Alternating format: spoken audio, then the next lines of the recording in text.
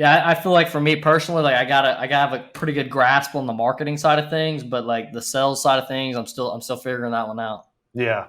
Yeah, that could be a beast. That could be a beast to take on. But if you look at it from a simplistic standpoint, it's really not like there's just some core things Sure. that you just do every day, and it becomes cake after a while. Yeah, one of the big things that I've personally been focused on is like I'm good at the inherently helping the customer out, adding value, like all those things, right? That's not like where I run into complication on the sales side of things.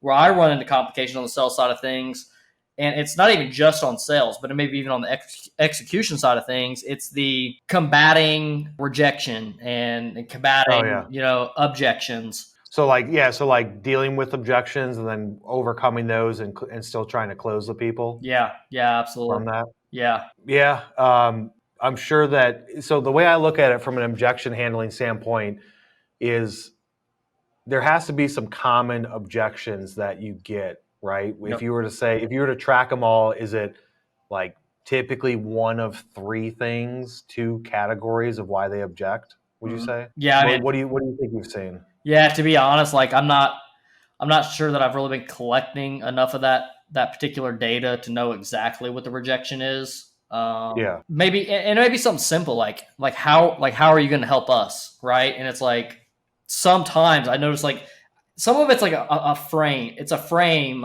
of mine as much and not even as much of an objection. Definitely, objection will change the frame, but right. a lot of times it's also in the frame of like, how are you going to help us? Like in certain instances, like I handle that fine, and other times I'm like, what do you mean? How am I going to help you? We're going to install a robot cell, Yeah, yeah. It's like yeah. So there's two things with that. Number one, you have to identify a problem first, right? And so by asking fact-finding questions, you can either identify the problem or get them to identify the problem for Mhm. themselves.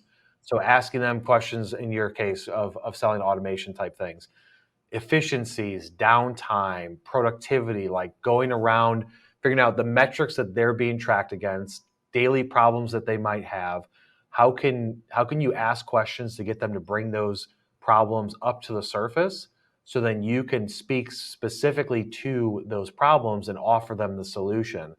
But honestly, at the end of the day, if there's no problem that they have, even if there is a problem, they don't see it, you're not going to be able to solve it. So Right, in those cases, it's just move on to the next person right, type of thing.